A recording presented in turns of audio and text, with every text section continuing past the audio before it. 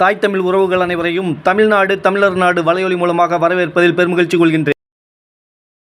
தூங்கும் புலியினை பறை கொண்டெழுப்புவோம், தூய தமிழரை தமிழ் கொண்டெழுப்புவோம், திங்குரு பகைவர் கிவரென நீக்குவோம், செந்தமிழ் உணர்ச்சியில் வேல் கொண்டு தாக்குவோம். பண்டை பெரும்புகள் கொண்டோமா இல்லையா, பாருக்கு வீரத்தை சொன்னோமா இல்லையா, எண்டிசை வாய்மையால் ஆண்டோமா இல்லையா, எங்கட்கு இங்குள்ள நரிகளால் தொல்லையா, நாம் தமிழர். தாய் தமிழ் உறவுகள் அனைவரையும் தமிழ்நாடு தமிழர் நாடு வலையொலி மூலமாக வரவேற்பதில் பெருமகிழ்ச்சி கொள்கின்றேன்.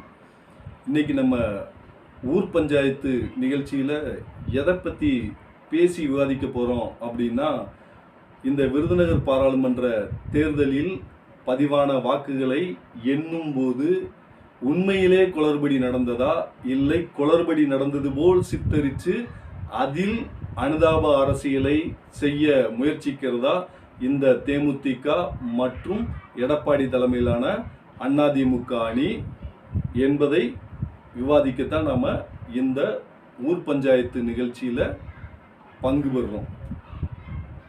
அதாவது விருதுநகர் மாவட்ட ஆட்சியர் அவர்கள் ஒரு அழைப்பு விடுறாரு. அதாவது தேர்தல் நாளுக்கு 2 நாளைக்கு முன்னாடி ஒரு கூட்டம் நடத்த போகிறோம். அந்த கூட்டத்தில் உங்களுடைய அதாவது 28 வேட்பாளர்களின் வாக்கு எண்ணிக்கை முகவர்கள் நிச்சயம் நீங்கள் கலந்துக்கிடணும்.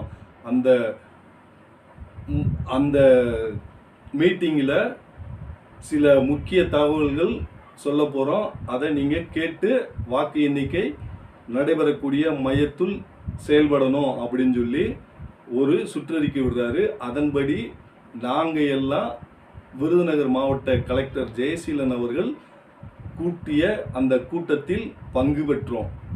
அந்த கூட்டத்தில் அவர் முன்வைத்த கோரிக்கைகள் என்ன அப்படின்னா, விருதுநகர் பாராளுமன்ற தேர்தல் வாக்குகளை எண்ணும் மையத்திற்குள், அதாவது வெள்ளைச்சாமி நாடார் பாலிடெக்னிக்குள்ள செல்போன் கொண்டு போகக்கூடாது, உயர்தரமான வாட்சிகள், அதாவது மைக்கு பதிக்கப்பட்ட, செல்போன் பதிக்கப்பட்ட, கேமரா பதிக்கப்பட்ட வாட்சிகள் உள்ளே கொண்டு போகக்கூடாது, பேனா மை பேனா கொண்டு போகக்கூடாது உள்ள, அதே போல் கால்குலேட்டர் கொண்டு போகக்கூடாது, பெல்ட் அணிஞ்சு உள்ளே போகக்கூடாது அப்படின்னு சொல்லி சில நிபந்தனைகளை முன்வைக்கிறாரு. அதோட காலையில் வாக்கு எண்ணிக்கை நடைபெறக்கூடிய அந்த நாளில் காலை 8 மணிக்கு தபால் வாக்குகள் எண்ணப்படும்.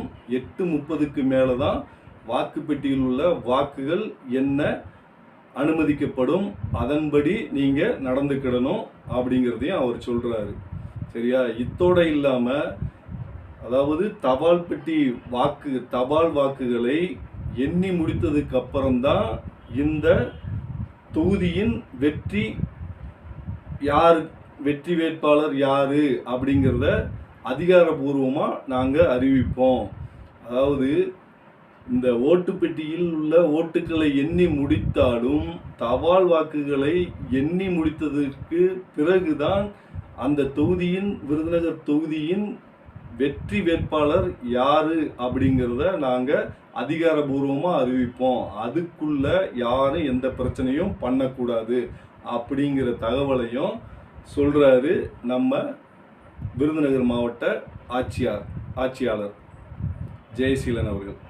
அதையும் கேட்டு அது எல்லாத்துக்குமே சரின்னு சொல்லி பங்கு பெற்ற 28 வேட்பாளர்களின் வாக்கு எண்ணிக்கை முகவர்கள் சரின்னு சொன்னதுக்கு அப்புறம்தான் எங்ககிட்ட அந்த தீர்மானத்தில் கையெழுத்தை வாங்கிட்டு எங்களை வாக்கு எண்ணிக்கை தேதியில் கண்டிப்பாக வந்துருங்க அப்படின்னு சொல்லி அனுப்பி விடுறாரு. அப்படி இருக்கும்போது அரசாங்க ஊழியர்கள் அவங்களுடைய கடமையை அவங்க செஞ்சிட்டாங்க. எப்படின்னா, வாக்கு எண்ணிக்கை மையத்திற்குள் செல்ஃபோனை கொண்டு போகக்கூடாது, வாட்சியில் கேமராவோ இல்லை செல்ஃபோன் பதிக்கப்பட்ட வாட்சிகளோ, ஆடியோ அதாவது மைக்கு பதிக்கப்பட்ட வாட்சிகளோ உள்ள அனுமதி கிடையாது, பேனா அனுமதி கிடையாது, நம்ம கால்குலேட்டர் அனுமதி கிடையாது, பெல்ட் போடுறது கூட அனுமதி கிடையாது அப்படிங்கிறத அவர் அதிகாரபூர்வமாக சொல்லித்தான் எங்ககிட்ட கையெழுத்து வாங்கிட்டு தான் அவர் அந்த தீர்மானத்தையே போட்டு நிறைவேற்றி எங்களை வெளியே அனுப்புகிறாரு. இதோட இல்லாமல் காவல்துறை என்ன செய்கிறாங்க அப்படின்னா, 4 அடுக்கு பாதுகாப்பு அந்த வாக்கு எண்ணும் மையத்திற்கு நாம் போகிறதுக்கு முன்னாடி 4 அடுக்கு பாதுகாப்புகளை அங்கே போட்டு வச்சிருக்கு. அதாவது நம்ம போய் நம்ம வாகனத்தை நிப்பாட்டி அந்த வாக்கு எண்ணும் அறைக்கு செல்றதுக்குள்ள சுமார் 2 கிலோமீட்டர் இருக்கும் இடைவெளி. இந்த 2 கிலோமீட்டர்லும் நாம் நடந்து தான் போக வேண்டியது இருக்குது அந்த வெள்ளச்சாமி நாடார் பாலிடெக்னிக்குள்ள. அப்படிங்கும்போது நமக்கு கிட்டத்தட்ட 1 கிலோமீட்டருக்கு முன்னாடியே நம்மளுடைய வாகனத்தை நிறுத்துறதுக்கு ஒரு இடத்த தயார் பண்ணி வச்சுருக்காங்க. அந்த இடத்துல நம்மளுடைய வாகனங்களை நிப்பாட்டும் போது அங்கே உள்ள காவல்துறை அதிகாரிகள் என்ன சொன்னாங்க அப்படின்னா, உங்கள் கையில் உள்ள செல்ஃபோன்களை, வாட்சுகளை, உங்கள்கிட்ட இருக்கிற பேனாக்களை, கால்குலேட்டர்களை மற்றும் பெல்ட்டுகளை உங்கள் வாகனத்திலேயே வச்சுட்டு போயிருங்க. அதை மீறி நீங்கள் கொண்டு போகணும்னு நீங்கள் நினச்சிங்கன்னா அங்கே கேட்டுக்கிட்ட ஒரு இதே போல் பாதுகாப்பு படை அங்கே இருக்காங்க.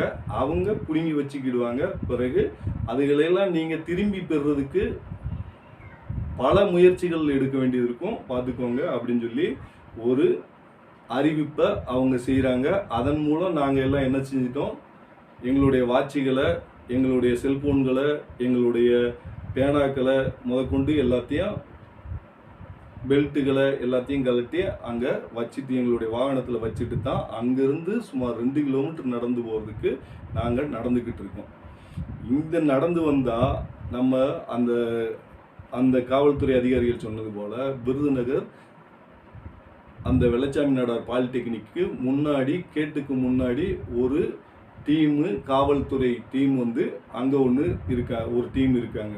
அந்த டீம் என்ன செய்கிறாங்க, நம்மளை முழுவதுமாக பரிசோதனை பண்ணுறாங்க. பரிசோதனை பண்ணுறதுல செல்ஃபோன் எதுவும் இருக்கா, வாட்ச் எதுவும் வச்சுருக்கீங்களா, பேனா எதுவும் வச்சுருக்கீங்களா, கால்குலேட்டர் எதுவும் வச்சுருக்கீங்களா, பெல்ட் எதுவும் போட்டிருக்கீங்களா அப்படின்னு அவங்க செக் பண்ணி தரவாக செக் பண்ணதுக்கப்புறம் தான் அவங்க நம்மளை உள்ளேயே அதாவது வெள்ளச்சாமி நாடார் பாலிடெக்னிக்குள்ளேயே நம்மளை செல்ல அனுமதிக்கிறாங்க. சரியா?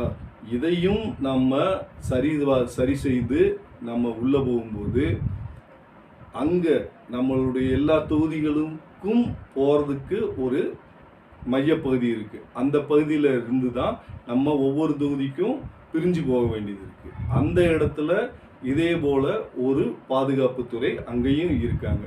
அந்த பாதுகாப்புத்துறை மறுபடியும் நம்மளை பரிசோதனை பண்ணுறாங்க. நம்மளை பரிசோதனை பண்ணும்போது அங்கே நம்மளிடம் எதுவும் செல்ஃபோன் இது இருக்கா, வாட்ச் எதுவும் இருக்கா, பேனா எதுவும் வச்சுருக்காங்களா, கால்குலேட்டர் எதுவும் வச்சுருக்காங்களா, பெல்ட் எதுவும் போட்டிருக்காங்களான்னு அவங்களும் மறுபடியும் தரவாக செக் பண்ணுறாங்க. செக் பண்ணித்தான் நமக்குரிய சட்டமன்ற தொகுதி எதுவோ அந்த சட்டமன்ற தொகுதிக்கு போகிற பாதையை நமக்கு காட்டி விடுறாங்க. அங்கேருந்து நம்ம வாக்குகள் உள்ள நமது சட்டமன்ற தொகுதிக்கு நம்ம போகும்போது நம்ம சட்டமன்ற தொகுதி வாக்குகள் உள்ள அறைக்கு முன்னாடி ஒரு காவல்துறை டீமு அங்கேயும் இருக்காங்க. அவங்களும் இதே போல் நம்மக்கிட்ட எதுவும் இருக்குதா, செல்ஃபோன் இருக்கா, வாட்ச் இருக்கா, பேனா இருக்கா, கால்குலேட்டர் இருக்கா, பெல்ட் இருக்கா அப்படிங்கிறத எல்லாம் தரவாக செக் பண்ணதுக்கப்புறம் தான் அங்கேருந்தே நம்மளை வாக்கு எண்ணும் அந்த அறைக்குள்ளேயே நம்மளை செல்ல அனுமதிக்கிறாங்க. அப்படி இருக்கும்போது நம்ம கேடி ராஜேந்திர பாலாஜிக்கு மட்டும் எப்படி இந்த வாக்கு எண்ணும் மையத்தில் குளறுபடிகள் நடக்குதுங்கிற தகவல் எப்படி கிடைச்சது? தம்பி விஜய் பிரபாகரன் அவர்களே, இந்த கேள்வி உங்களுக்குரியது தான். அதாவது தகவல் தொழில்நுட்ப சாதனங்கள் அனைத்துமே வெளியே வச்சுட்டு உள்ளே வந்ததுக்கப்புறம் எப்படி கேடி ராஜேந்திர பாலாஜிக்கு அந்த வாக்கு எண்ணும் மையத்தில் வாக்கு எண்ணிக்கையில் குளறுபடி நடக்குங்கிற தகவலை யார் சொன்னது கேடி ராஜேந்திர பாலாஜிக்கு? அப்படின்னா கேடி ராஜேந்திர பாலாஜி ஒரு திட்டமிட்டு ஒரு பொய்ய பரப்பணும் அப்படிங்கிறதுக்காகவே அந்த வாக்கு என்னும் மையத்திற்கு அவர் ஓடோடி வந்திருக்காரு.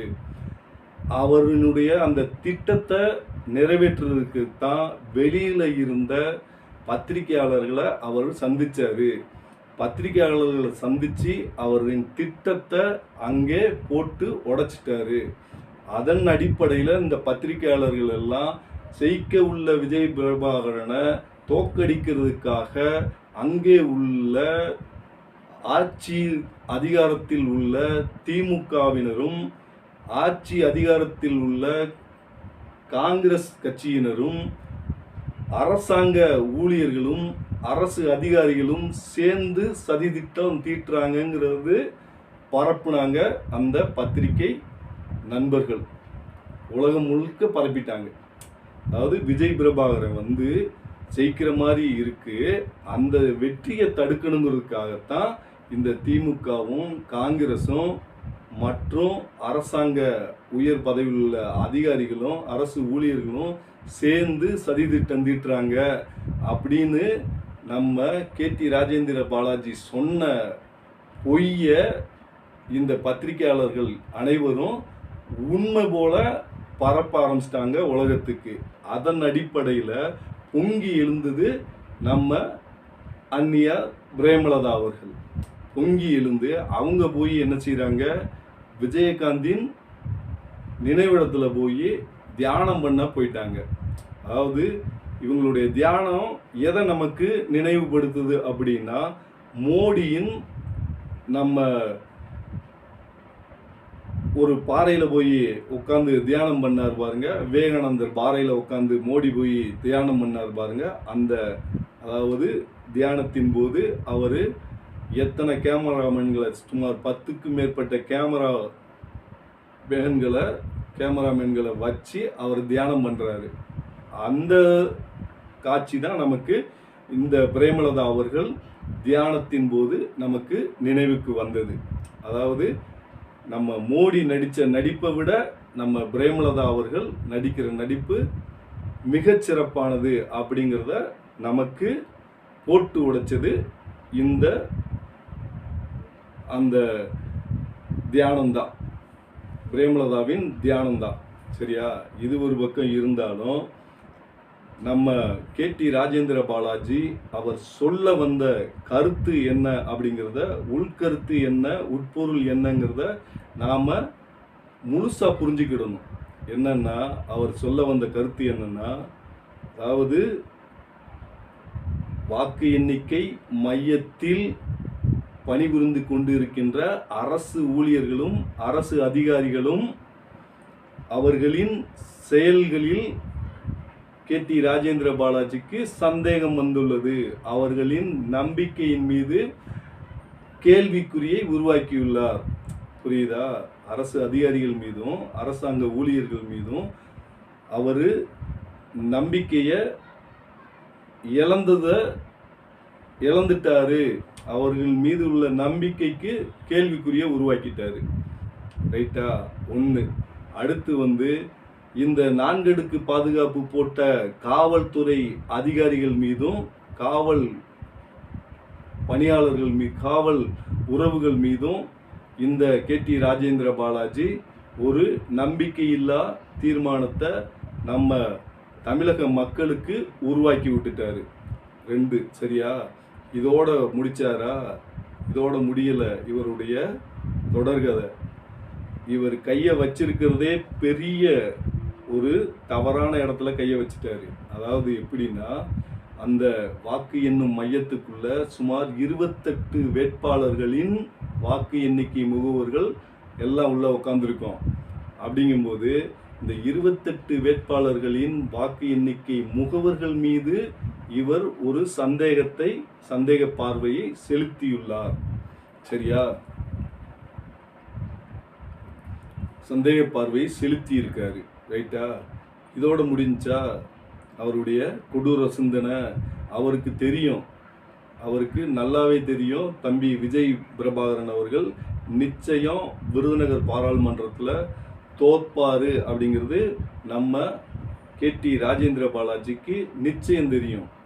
இருந்தாலும் அவர் என்ன நினைச்சாருன்னா, ஒரு 50,000 1,00,000 வாக்கு வித்தியாசத்தில் தம்பி விஜய் பிரபாகரன் அவர்கள் தோல்வி அடைவார் அப்படின்னு அவர் ஒரு நம்பிக்கையில் இருந்தார். ஆனால் அந்த நம்பிக்கையை தம்பி விஜய் பிரபாகரன் அவர்கள் தகர்த்தெறிஞ்சிட்டாரு. அதாவது வெறும் 5,000 வாக்குகள் வித்தியாசத்தில் தான் நம்ம தம்பி விஜய் பிரபாகரன் அவர்கள் தோல்வியுற்றார். இவர் எதிர்பார்த்தது எப்படியும் 50,000 1,00,000 வாக்குகள் வித்தியாசத்தில் தோல்வி அடைவார்னு கேடி ராஜேந்திர பாலாஜி எதிர்பார்த்தாப்புல. ஆனால் தம்பி விஜய் பிரபாகரன் அவர்கள் தோல்வியுற்றது வெறும் 5,000 வாக்குகள் வித்தியாசத்தில் தான் அவர் தோல்வியை அடைந்தார். இவருக்கு தெரியும். ஏன்னா இவர் தான் தம்பி விஜய் பிரபாகரனை விருதுநகர் பாராளுமன்றத்துக்குள்ள கூட்டிக்கிட்டே அலைஞ்சாரு. அவருக்கு நல்லாவே தெரியும் 50,000 1,00,000 வாக்குகள் வித்தியாசத்தில் தம்பி விஜய் பிரபாகரன் அவர்கள் தோல்வி அடைவார் அப்படிங்கிற உண்மை அவருக்கு நல்லாவே தெரியும். ஆனாலும் அவர் இந்த 5,000 ஓட்டு வித்தியாசத்தில் தோல்வி அடைஞ்சதை ஜீரணிக்க முடியல.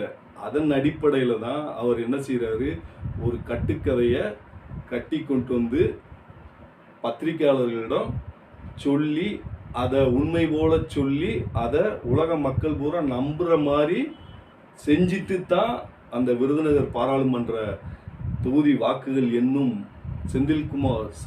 வெள்ளச்சாமி நாடார் பாலிடெக்னிக்குள்ளேயே இவர் நுழைஞ்சாரு. இவருடைய சதி திட்டமே அதுதான். அதாவது இவரால் விருதுநகர் சட்டமன்றத்துக்குள்ள, விருதுநகரில் உள்ள எந்த சட்டமன்றத்துக்குள்ளும் இவரால் வெற்றி பெறவே முடியாது. சிவகாசியில் வெற்றி பெற்றார்.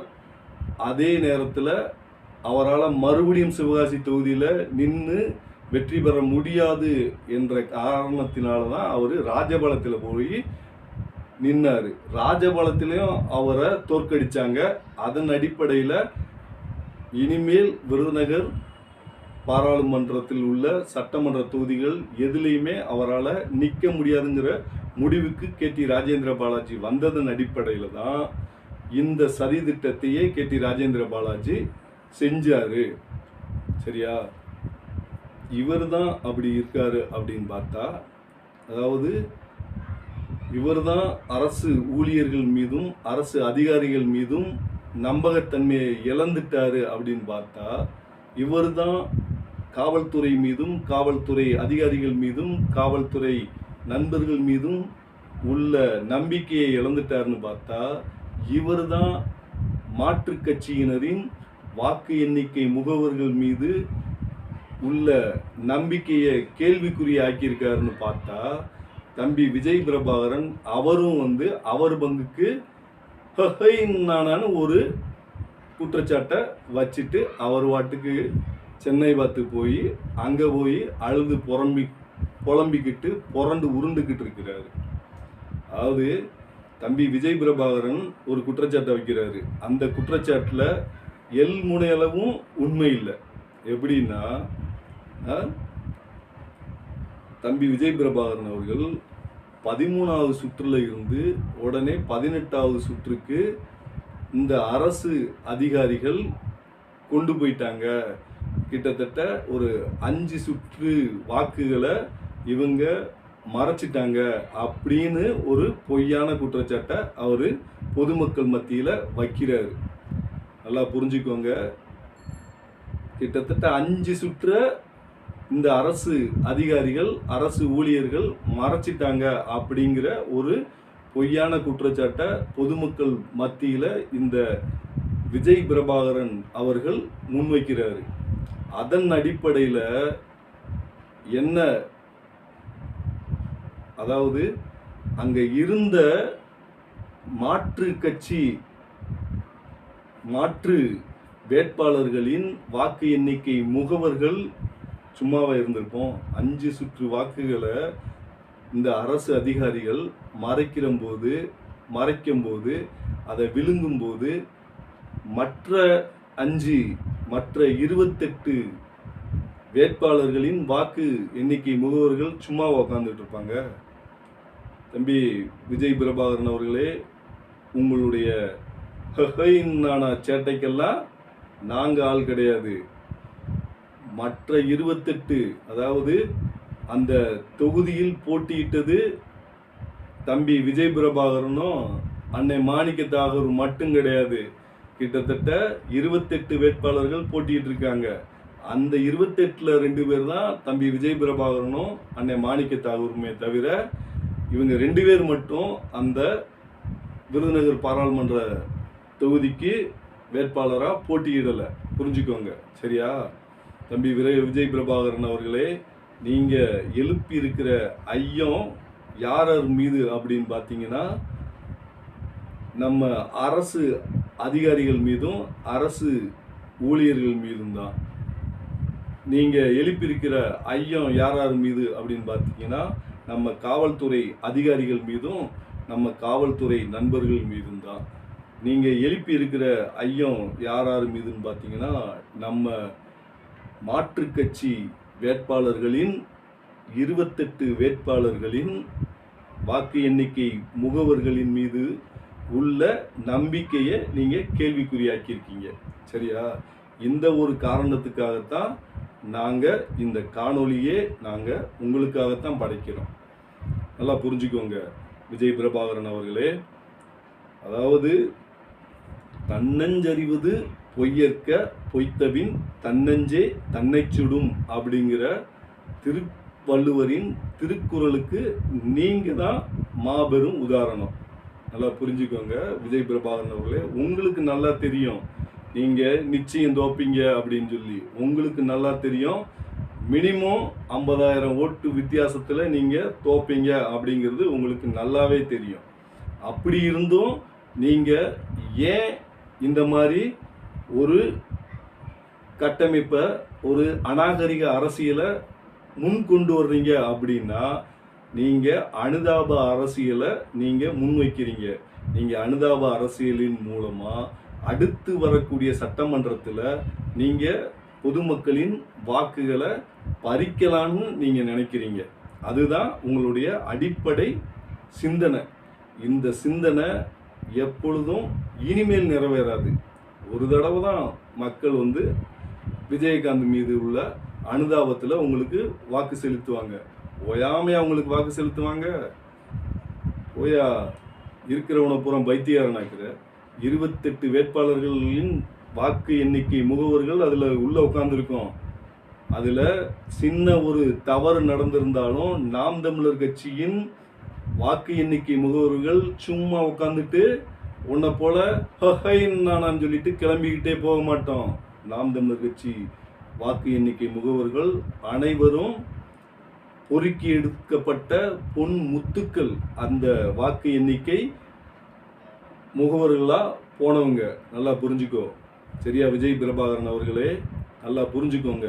நாங்கள் ஒன்றும் பொக்குகள் கிடையாது, உங்களை போல பொக்குகள் கிடையாது. நல்லா புரிஞ்சுக்கோங்க விஜய் பிரபாகரன்களே.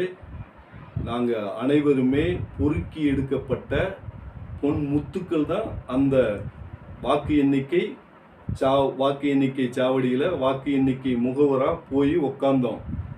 அங்கே சிறு தவறுகள் எதுவும் நடந்திருந்தா நாம் தமிழர் கட்சிக்காரங்க நிச்சயம் புலிப்பாய்ச்சலை பாய்ச்சி இருப்போம். அப்படி எதுவும் அங்கே நடக்கலை. அதனால நாம் தமிழர் கட்சி உறவுகள் அனைவரும் அங்கே ஜனநாயகத்தை நிலைநாட்டுறதுக்கு அமைதி காத்து அங்கே பணியாற்றிய நம் சக உறவுகளான அரசு அதிகாரிகளுக்கு முழு ஒத்துழைப்பு கொடுத்தோம். அரசு அதிகாரிகளுக்கும் அரசு ஊழியர்களுக்கும் நாங்கள் நாம் தமிழர் கட்சிக்காரங்க முழு ஒத்துழைப்பு கொடுத்து அந்த வாக்கு எண்ணிக்கையை ஜனநாயக முறைப்படி நாங்கள் சந்தித்தோம். சந்தித்ததின் மூலம் கிட்டத்தட்ட 78,000 வாக்குகள், சுமார் 80,000 வாக்குகள் கிட்ட நாங்கள் வாங்கி நாங்கள் எங்களுடைய ஜனநாயக கடமையை நாங்கள் நிலைநாட்டினோம். புரிஞ்சுக்கோங்க விஜய் பிரபாகரன் அவர்களே. நீங்கள் சந்தேகத்தை உருவாக்குனது அரசு அதிகாரிகள் மீதும் காவல்துறையின் மீதும் எங்கள் போன்ற மாற்றுக் கட்சியினரின் வாக்கு எண்ணிக்கை முகவரின் மீதும் என்பதை நீங்கள் நல்லா புரிஞ்சுக்கிட்டு உங்களுடைய அரசியலை மாற்றுறதுக்கு முயற்சி செய்யுங்க. இவர் தான் எப்படின்னா, நம்ம பிரேமலதா அவர்கள் என்ன செய்கிறாங்க அப்படின்னா, அவங்க ஒரு பத்திரிகையாளர் சந்திப்பை நடத்துகிறாங்க. அந்த பத்திரிகையாளர் சந்திப்பில் அவங்க என்ன சொல்ல வர்றாங்க அப்படின்னா, சின்ன பையன் விஜய் பிரபாகரன் அவரை ஜெயிக்க வைக்கக்கூடாதா, அவர் ஜெயிச்சு வர்றதுல உங்களுக்கு என்ன பெரிய நட்டம் வந்துட போகுது அப்படி இப்படின்னு சொல்லி அவங்க அந்த பத்திரிகையாளர் சந்திப்பில் குய்யோ முறைன்னு அழுக ஆரம்பிச்சிட்டாங்க. சரியா? விஜய் பிரபாகரன் சின்ன பையனா? விஜய் பிரபாகரனுக்கு கிட்டத்தட்ட 35 வயசாகுது. 35 வயசாகி இருக்கிற அந்த விஜய் பிரபாகரன் அவர் சின்ன பையன். எங்களுடைய கட்சி வேட்பாளர் மருத்துவர் கௌசிக் அவர்கள் 25 வயசே தான் ஆகுது. எங்களுடைய கட்சி வேட்பாளர் நாம் தமிழர் கட்சியின் வேட்பாளர் மருத்துவர் கௌசிக் அவர்களுக்கு 25 வயசு தான் ஆகுது. அவர் சின்ன பையனா? உங்களுடைய மகன் விஜய் பிரபாகரன் 35 வயசான விஜய் பிரபாகரன் சின்ன பையனா? சின்ன பையனா இருந்தா அந்த பையனை இதுக்கு நீங்க போட்டி போட விடுறீங்க? நீங்க களத்துல வந்திருக்க வேண்டியதானே? இல்ல உங்களுடைய தம்பி சுதீஷ் உள்ள வந்திருக்க வேண்டியதானே? ஏன் நீங்க 2 பேரும் வரல? விஜய் பிரபாகரனை வச்சு ஒரு ஊடுசால் பாய்ச்சி பார்ப்போம் அப்படின்னு சொல்லி நீங்க முயற்சி பண்ணீங்க. உங்களுடைய முயற்சிக்கு ஐயா விஜயகாந்தே செருப்படி கொடுத்தது போல கொடுத்து விருதுநகர் பக்கம் இனிமேல் நீ வரக்கூடாது அப்படிங்கிறத சொல்லாம சொல்லி விரட்டி அடிச்சிருக்காரு. அப்படிங்கிறதான் இந்த விருதுநகர் பாராளுமன்ற தேர்தல் முடிவு உங்களுக்கு சொல்லுது. சரியா? இதோட நிற்காம நம்ம தொகுதி மக்கள் ஒரு ஐயத்தை உருவாக்குறாங்க. அது என்ன ஐயம் அப்படின்னா, பிறகு எதுக்கு விருதுநகர் பாராளுமன்ற வெற்றி வெற்றியோட வெற்றி யாரு வெற்றி பெற்ற வேட்பாளர் யாருன்னு சொல்றதுக்கு ஏன் காலம் கடந்தது அப்படின்னு கேட்குறாங்க. அதாவது 10,000க்கும் மேற்பட்ட தபால் ஓட்டுகள் விழுந்திருக்கு விருதுநகர் பாராளுமன்ற தேர்தலில். இந்த 10,000 தபால் ஓட்டுக்கள்ல சுமார் 3,000க்கும் மேல செல்லாத ஓட்டுக்களா இந்த அரசு ஊழியர்கள் போட்டிருக்காங்க, அரசு அதிகாரிகள் போட்டிருக்காங்க. இந்த 3,000 செல்லாத ஓட்டுக்களை பார்த்து அதாவது 28 கட்சியின் வேட்பாளர்களிடமும் தீர்க்க காமிச்சு அவங்க சரின்னு சொன்னதுக்கு அப்புறம் தான் அந்த ஓட்டையே செல்லாத ஓட்டு பெட்டியில கொண்டு போய் போடுறாங்க. கிட்டத்தட்ட செல்லாத ஓட்டே 3,000க்கு மேல விழுந்திருக்கு. அதுக்கு ஒரு ஓட்டை செல்லாத ஓட்டுன்னு தீர்மானிக்கவே 28 வேட்பாளர்கள்ட்ட காட்டிட்டு தான் கொண்டு போய் போடணும் இந்த செல்லாத பெட்டிக்குள்ள. அப்படிங்கும்போது ஒரு ஓட்டை செல்லாத ஓட்டுன்னு தீர்மானிக்கிறதுக்கு கிட்டத்தட்ட 1 நிமிடம்னாச்சும் கண்டிப்பா ஆகும். அப்படிங்கும்போது 3,000 ஓட்டு செல்லாத ஓட்டா போட்ட நம்ம அரசு அதிகாரிகள், அரசு ஊழியர்கள் அவங்கள என்ன செய்யறது? 3,000 ஓட்டை செல்லாத ஓட்டா போட்டிருக்காங்க. 3,000 ஓட்டு, அந்த 3,000 ஓட்டை எண்ணி முடிக்கிறதுக்கே காலதாமதம் ஆயிடுச்சு. அன்னைக்கு கிட்டத்தட்ட 10,000 ஓட்டுகளை எண்ணி முடிக்கிறதுக்கு இழுத்துக்கிட்டே போயிருச்சு நைட்டு வரைக்கும். அதன் அடிப்படையில் தான் இந்த வெற்றியை அறிவிக்கிறதுக்கு காலதாமதம் ஆனது.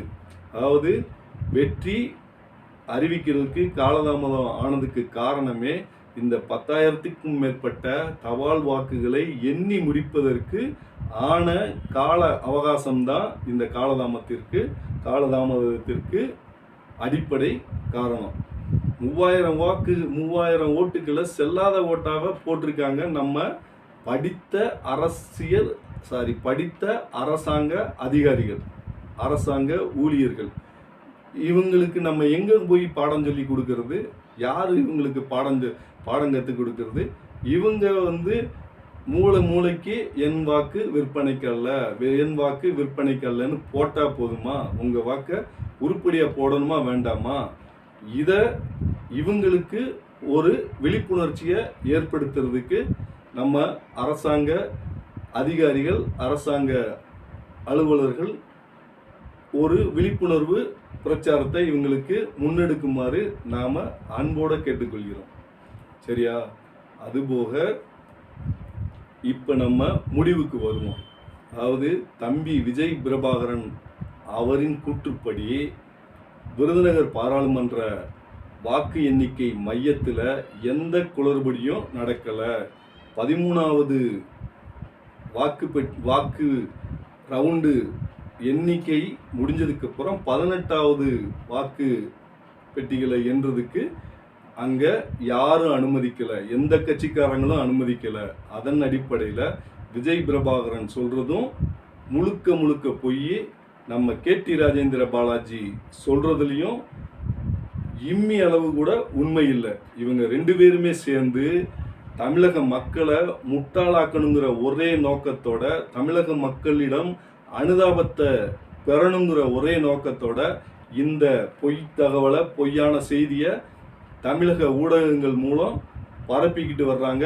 இதை நம்ம தாய் தமிழ் உறவுகள், தமிழக மக்கள் யாரும் நம்ப வேண்டாங்கிறத இந்த காணொளி மூலமா நாங்கள் கேட்டுக்கொள்கிறோம்.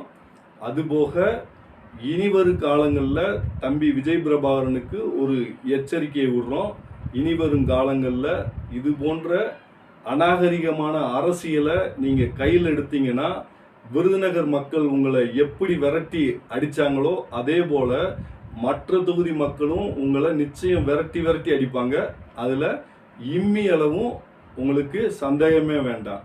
நீங்கள் சந்தேகத்தை கிளப்புனது யார் யார் மேலேனா நம்ம அரசாங்க அதிகாரிகள், அரசாங்க ஊழியர்கள் மீது உங்களுடைய நம்பகத்தன்மையை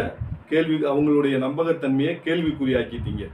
அதே போல் நம்மளுடைய காவல்துறை அதிகாரிகள் மீதும், காவல்துறை நம்ம நண்பர்கள் மீதும் உள்ள நம்பிக்கையை நீங்கள் கேள்விக்குறியாக்கியிருக்கீங்க. அதே போல் மாற்றுக் கட்சியில் இருந்த மாற்றுக் கட்சி முகவர்களின் நம்பிக்கையை, வாக்கு எண்ணும் முகவர்களின் நம்பிக்கையை நீங்கள் கேள்விக்குறியாக்கிட்டீங்க. அதாவது தம்பி விஜய் பிரபாகரன் சொல்றது போல அந்த வாக்கு எண்ணிக்கை மையத்தில் தம்பி விஜய் பிரபாகரனின் தேமுதிக வாக்கு எண்ணிக்கை முகவர்கள் மற்றும் நம்ம காங்கிரஸ் கட்சியின்